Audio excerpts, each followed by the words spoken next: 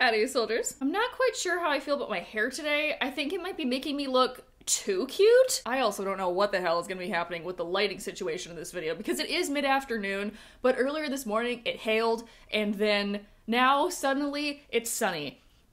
Welcome to spring in Vancouver. February, a month of high highs and low lows where I read books of only two kinds, and that would be books about fairies and books about vampires. Was a month of whirlwind romances and enthralling modern gothics with a couple of little beasties sprinkled in there for flavor. Also one random health and wellness audiobook.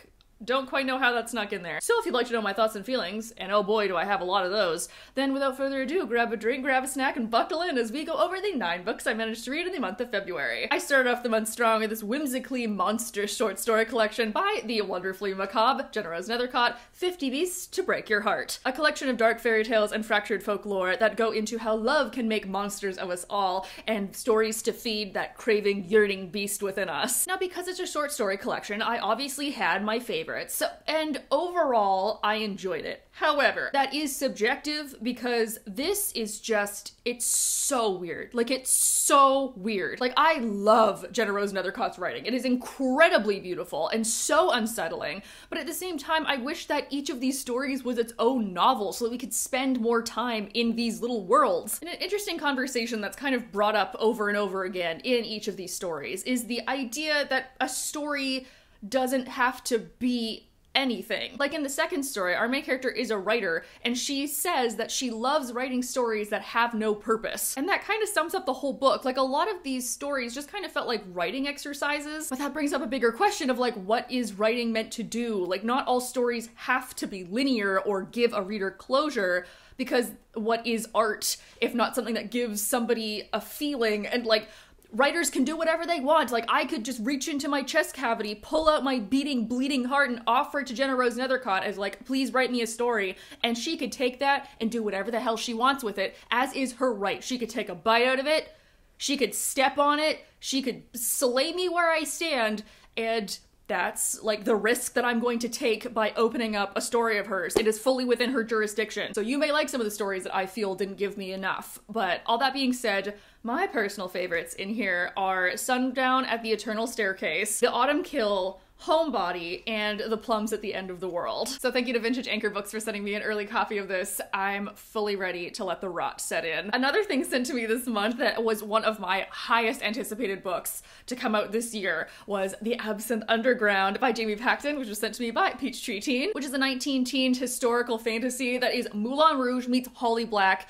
Also, it's sapphic and has friends to lovers. Our main character, Sybil, has run away from her highborn family after her mother passes away and her father's expectations of her and her brother just get too much for her. So she moves to the city of Sevron, though it's glitzy glamour and nightclubs galore, and becomes an art thief. But oh my god, they were roommates because Esme is Sybil's flatmate, and the two of them accidentally get pulled into a heist of fairyland proportions. The glamorous and mysterious proprietor of the glamorous and mysterious Absinthe Underground nightclub takes them under her wing, no pun intended, and they're drawn to a heist in the world of the Fae, even though the proprietress's story doesn't quite add up and Sybil's past is coming back to haunt her. And I mean, if you couldn't already tell from this cover, the aesthetic of this book is freaking on point. These sumptuous parties full of glamour and glitz, along with the kaleidoscope of absinthe-soaked memories. And just because it's fantastical doesn't mean that there isn't any practical advice in here, like how to defeat an army of small bronze frogs, how to budget feeding 9 cats at a time, how to steal perfume from a triple locked safe. Like, you never know when you're gonna come across these things. And while I'm not normally overly enthusiastic about friends to lovers,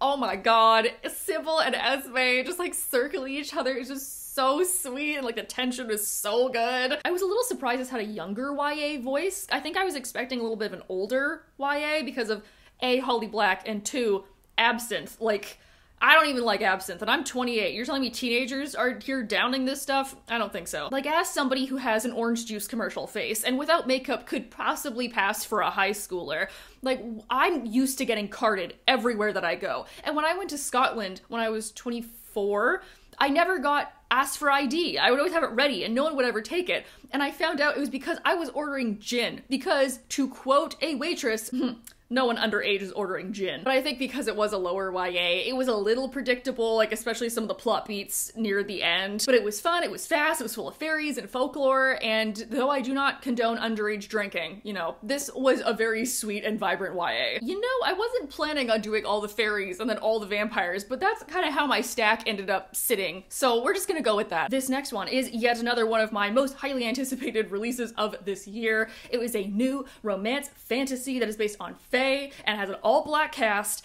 that I ended up having some conflicting feelings over, and that is Fae Bound by Sarah L. Arifi. The Final Strife is one of my favorite fantasy books, so I was expecting a lot from this book. I don't think I got it in the way that I was expecting. This follows two elven sisters in a country at war. We have Yiran, who is a general in the army, and then we have her sister Lettel, who is slightly younger but also is a seer. But when a mistake leads Yiran to being exiled of the elven lands, Lettel and former commander Ran both go after her, and then they all end up falling into this Fae world that they thought that Fae didn't exist anymore, and they were just a legend, but it turns out that it's not true, and actually there's a bigger conspiracy than I ever could have imagined, and it has to do with shiny rocks and weird jaguar deer creatures. This had a very strong start. We have a familial conflict between two sisters, one older, one younger. We have a country torn apart by war and a deep look into the childhood poverty that both of them went through. A very unique African-esque folklore and society that lives in a desert that don't use guns, but they use a kind of like drum magic. There's great disability rep with Lettel having an issue with her arm based on a childhood illness. And then also once we get to the land of the Fae, there's people there that have like golden prosthetics. The Fae underground is so cool. All this type of like dual queen fairy society hierarchy, the Obea or Obea, which are these like herbivorous telepathic leopard deer creatures that like bond to people. Loved those, loved them. That all being said, I give this book 3 stars because as much as all of those things slap, I felt like the beginning of this book and the end of this book were very tonally different. All the side characters were very one note, and everybody in here acted way younger than they were. Like, if this was a YA, I would be totally on board. But the characters are supposed to be like in their 30s, and I was like, oh damn, that's embarrassing. I saw the twist coming from pretty early on, and I don't think all the emotional growth should like ended where it should have. I want to like this book so bad because of all of those elements I noticed earlier. It's just that the characters just like weren't quite there for me. So because I want to like it, I'm just gonna pretend that everybody in here is 18. And that honestly solves a lot of my problems. The next one is less Fae and more romantasy, but it's definitely not vampires. And I also wanted to end the fairies and start the vampires with this this duo that is a fairy and a vampire, but they're in the same world, but it just, I don't need to explain myself to you. If you watched my last video, you have already seen this because baby, I zipped through this in less than 24 hours. One of the most romantic romantasies that I've maybe ever read is Radiance by Grace Draven. Oh my god, that is so shiny. Sorry about that. Okay, we're gonna hold it like this and try not to signal Gondor. And this follows the political marriage of two spare heirs. So we have Adilko, who is the niece of the human king, who is given in marriage to Brishan, who is the younger prince of the Kai kingdom. Elf creature, they're definitely not human, and they're nocturnal, and they have like big teeth. All the better to eat you with. Okay, calm down. Not on this Christian Minecraft server. They're tall and scary and kind of like a combination of like orcs and elves, and though neither of them were expected to be put in this cultural situation, the two of them hit it off right away, become friends, and then learn to like support and eventually love one another. So it's like strangers to friends to lovers, but also fantasy, but also like fantasy kingdom politics, because like some people don't want them to get married, and then also there's like dark magic, surprise. This is a sweet and cozy and incredibly romantic romantasy. Having the dual POV and like watching Brishan and Ildilko slowly fall in love with each other is, oh, it's so great. What I absolutely love about the beginning is that the Kai are gray skinned and have like giant teeth and these big lamplight eyes and like claws, whereas in humans, like, we have, according to the Kai, really weird eyes and like a strange red undertone to our skin and like blunt teeth. So when the two of them first meet each other, both of their internal monologues are like, damn, that bitch ugly. And Dilko is like, oh my god, put those teeth away or so God help me, you look like something that crawled out of a river that's already dead. And Brishan is like, I swear to whatever god is in this world, you look pink like a mollusk. Also, your teeth, why do they look like a horse? But what I love from the get-go is that even though they think the other is weird, they're very open and honest about it. And so there is a friendship that strikes up, and they genuinely want to help the other person adapt to their culture. And slowly it is proven that even though you may look a little different than I was expecting, we can still, like, get down and, like, make it work. Is this a monster romance? Did I just read a monster romance? No. What does it say about me? Monster romance light? TM, maybe? Now, I know I just said this was cozy, but there are some surprisingly dark bits. Like, there is off-page torture at one point. There is a lot of talk about past parental abuse.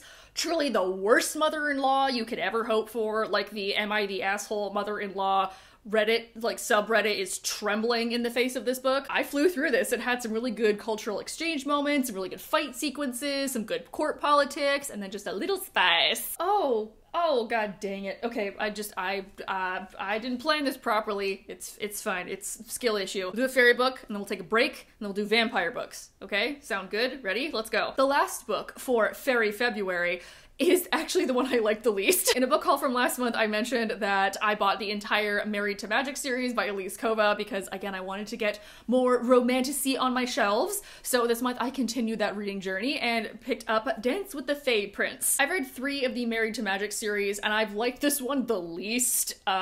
So yeah, let's get into it. After the death of her father, our main character Katria's mother and stepsisters start treating her horribly, and they end up selling her hand in marriage to this mysterious lord. But once Katria gets to the estate, she finds that he's not even home and she never gets to see him, and then also there's like weird things going on in the house. But when she stumbles into an ancient magic ritual, it turns out that her husband is actually a disgraced exiled lord of the Fae, and he is trying to gain the power back that somebody stole from his ancestors to rightfully rule all of Fairy. But because she accidentally took on some of this magic, they have to go to the Fae lands to see if they can, like, get the magic out of her, and then he ascend to the throne, and then, like, shenanigans happen. Started off strong, had a little breakdown, and bon appetit. My main issue with this is there was a lot of inconsistencies when it came to character development, particularly for our main prince dude. What is even his name? Davian, right. Okay, this is another bone I have to pick with Elise Kova. You name your super hot, brooding fae man with nice shoulders and gleaming eyes and beautiful wings Dave? I don't really understand why Katria likes him. Like, he's hot and apologizes. Damn, the bar is in hell. I will give her that this had a really good exploration of PTSD in a fantasy setting, particularly when it comes to growing up with an abusive parent and also navigating your own self-worth. And I'm happy to say that there is more of that discussion on, like, the land back wars between elves and fairies that we got in the first one. Like, thank God, we are fully discussing that in this series going forward. But the plot twists were just so predictable, and the villain was like a mustache-twirling evil villain stereotype. She keeps repeating stuff. Like, the audience is stupid. Like, for example, the main character, she has this bit of magic where whenever someone lies, she can smell smoke. So it's stated at the beginning, and then she just keeps telling us, but not even like, I smelled smoke, moving on. It was like, I smelled smoke. That means someone's lying. And I was like, yes, I freaking get it. Okay, I can read between the lines. I'm an adult. My main takeaway from this is, where's Shay's book? I'm sorry, Miss Captain of the Guard, you are infinitely more interesting than everybody in here. Justice for Shay 2025. And it is with that that we wrap up the fairy sector of today's video. But before we go on to the vamp and the camp and the gothics, I want to talk about the one nonfiction book that I listened to this month, and that was The Gospel of Wellness Gyms, Gurus, Goop, and the False Promise of Self-Care by Rina Raphael. And in this, journalist Rina Raphael explores how the death of her father really made her look into her own lifestyle habits and realizing that the wellness culture that she was being consumed in was actually very unhealthy, and from then on did this whole sociological deep dive into what it means to be healthy, what the wellness industry is selling people, and her main thesis surrounds how the idea of wellness used to be attributed to health, but now it's more attributed to aesthetics and things that you can buy. And then what products are being sold and what problems that they're solving. She talks about how hard it is to distinguish science from pseudoscience, especially with today's marketing language, along with how the growth of wellness products and wellness classes is indicative of the stresses that society currently has and how women are being treated in the healthcare system that pushes them to look for alternative methods. She doesn't outright disparage alternative medicines. A lot of it is like, if it works for you, then great. But she points out how a lot of alternative medicine has been taken out of context or repackaged to look a certain way or promise certain things in a way that is not sustainable and definitely not truthful. She also talks about how hard it was to leave wellness culture because it's a place that gives a lot of people community and purpose or gives them healthier habits. Like, it's not a bad place, but how things like aesthetics and food politics and capitalism strikes again, has turned it into something more sinister than an alternative health plan. It's kind of like how me, as a non-religious person, can say that I think that religion in some aspects is very good because it gives people a sense of purpose and community and allows, a set of guidelines for you to live your life by. But when you start using those to further your own selfish gains, or you start trying to control people with that and telling everyone that if they don't follow this one particular thing, if they don't buy ashwagandha and put it in their morning green juice smoothie, that they're gonna die, maybe let's just take a step back in our Lululemon track pants and Adidas Sambas and have a look at the bigger picture for a minute. I particularly like how she goes into food politics with this as well. I find food politics so fascinating. So yeah, I would highly recommend this if you're looking to explore the inside of the health and wellness industry, or if you want to learn more about food science or how society looks at health. Though I might stop reading health and wellness books for a hot minute because I cannot hear more about Gwyneth Paltrow. Oh my fucking god. If I never hear anything about Goop ever again, I will die a happy woman. Alright, it's vampire time, baby. First up is the Mirror to Dance with the Fae Prince, and that is the third of Elise Kova's Married to Magic series, A Duel with the Vampire Lord. Y'all, why does this book slap? This is on me, me and my expectations, expecting different things. But when I picked up this vampire romantasy, I was expecting a smutty little one-off, stupid little vampire romance. And instead, I got some of the sickest vampire lore that maybe I've ever read. The isolated forest fortress town of Hunter's Hamlet is the last line of defense between civilian world and the vampires that come out during full moons and wreak havoc on the town. And our main character, Florane, is the forge maiden that makes all of the silver weaponry for the vampire fighters. But when her brother is in trouble on the night of the blood moon, a rescue mission gone wrong puts her in the hands of a mysterious vampire lord, and when she gets back to his palace, it turns out that they are so wrong. Just not a single thing correct. We have already established in, I think, Elf King, that the vampires have not been seen for 3,000 years. We think they're all dead, they're just a myth. They're not. They were actually cursed, and then to stop a curse from coming over them, to turn them into monsters, they've been put in stasis mode. The ones that were already corrupted are getting out of the castle and going to hunt the town, so that's why people think vampires are these creepy zombie creatures, but they're actually not. And Lord Rouvan and his courtiers are the last group of people that have been awoken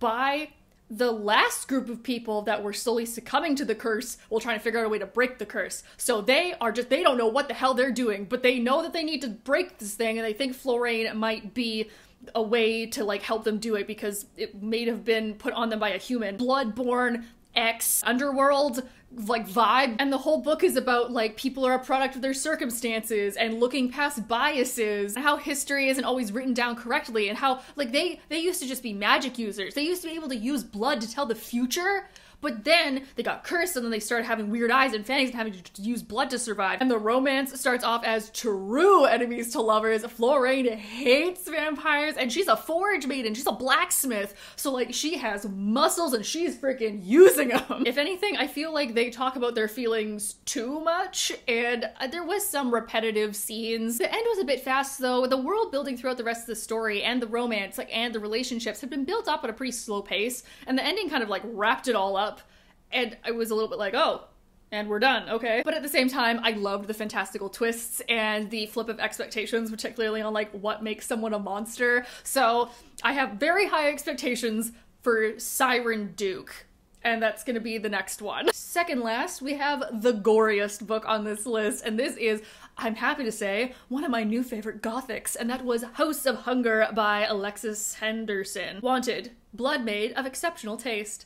All you need to do is bleed. A seductive, sapphic, vaguely historical vampire gothic that follows Marion, a young woman who grew up in the slums, and to escape her circumstances, she takes on the job as a blood maid to the elusive and enthralling Countess Elizabeth Bathory. But when she arrives at the mysterious House of Hunger, she falls into an obsession with the Countess as well as the debauchery of court life, developing a complicated friendship with the other blood maids as well as gaining herself some enemies while she slowly begins to go mad, but also is trying to unravel the secrets of the house when one of the blood maids goes missing. Damn, this book does not shy away from gore. You could wring this out like a towel, it was so bloody. Oh my god, the aesthetics for this house, for the courts, for the deep, gritty, grotesque underbelly. Slay. The House of Hunger in itself is carnal and vicious and seductive. But I think the coolest part is that this technically isn't a vampire novel. In this world, blood cures sickness, so rich people will get body modifications like long claws or gold-capped fangs to be able to drink the blood of other people, hence blood maids, to be able to cure illnesses. And the Countess has this deep blood sickness that she's trying to cure by bleeding all the other girls dry. I do wish this was a tad longer though, because like I feel the obsession between Elizabeth and Marion could have been a little bit more developed. Like besides the Countess being hot and like giving you validation, like why do you like her? You know? That being said, I have kissed people for less reasons, so I guess I get it. This is the shiver of someone running a finger down your spine and blood dripping down the walls, and the moment before someone comes up behind you, it's unsettling and bloody and kinda gross, and I had so much fun with this. Okay, I need to be extra hydrated for this portion, and I think you do too, so drink up. This month, I found one of my new favorite books. Has this ever happened to you? Wow, I sure do love Six of Crows by Leigh Bardugo. It's such a great YA fantasy book. I love all these queer characters who are pulling a heist. But oh man, I sure do wish this had more vampires in it. I guess I'm never gonna get my perfect book. Oh baby, hold on to your Ceylon because I have to introduce you to A Tempest of Tea by Hafsa Faisal. Imagine if a magic steeped in poison met Six of Crows, but Inej was Kaz. Arthi Casimir is the criminal mastermind of White Roaring, where she owns a tea house that at night turns into an illegal blood house to serve the vampires of society. But when her tea house is threatened and her past comes calling, she'll have to gather her team to a ragtag crew to pull off a heist to infiltrate vampire high society to be able to get dirt on the current ruler, whose colonization of the surrounding countries led to Arthi's family's demise, and she's seeking revenge. Oh yes, and this is just a blank bound manuscript, so I drew on the title myself. Thank you to Raincoast for giving me a copy of this. Call me Matteo Adonai because I, like him, am an artiste. Damn, I'm looking at my computer. I have almost no notes for this because I sped through it so fast. In hindsight, love a multi-POV. Like, Arthi she's so smart and conniving, like ruthless and vicious. And then watching Flick kind of like come into her self-confidence and like be more assured. It was just such a wonderful plotline for her. And then Jin was a little inconsistent, but at the same time, like, I love how loyal he is to Arthi. And Matteo, I love Matteo! And like, I know she's trying to set up this kind of love triangle thing And absolutely not. You will have to pry Mateo from my cold dead hands. Mark my words. It gives you the harsh reality of colonization and how minority immigrants are treated in a new country, alongside the warm feelings of found family and doing anything for the people that you love. And I do mean anything. The heist was great, lots of high tension moments, and the double crossing never stops. Incredible ending. This is gonna be a duology, and I need the second one right now. I love the supplanting of expectations that we get in this. I'm just gonna say, keep an eye on the coconuts. And that's not an innuendo. But also, why save the world when you can have tea? Wise words, Arthur Casimir. And that is that on that. There were the 8 books surrounding fairies and vampires that I read this month, along with a single book that asks, why is yoga always the answer? I think what this month's stack of books say about me is that I like men who are beautiful and women who could kill me. As always, please leave down below your own thoughts on any of these, if you read them, if you've heard about them, if you maybe want to recommend something similar. Just love all these new, cool, diverse fantasy novels coming out, and like the resurgence of vampires, and I'm just 100% on board, coffin ready for that resurrection to occur. I need to go eat a meal with protein, so we're gonna wrap this up. I have no closing anecdotes. I haven't been doing anything this week, except for reading, and like, I've done so much laundry, if you care to know. Well, I do have a dance performance coming up, which means I'm going to be knee-deep in rhinestones for the next 2 weeks straight. So, I don't know, pray for me. You know where to click to like the video. You know where to click to subscribe. I hope you guys are all having a nice day wherever you are, and I will see you all next week. Bye!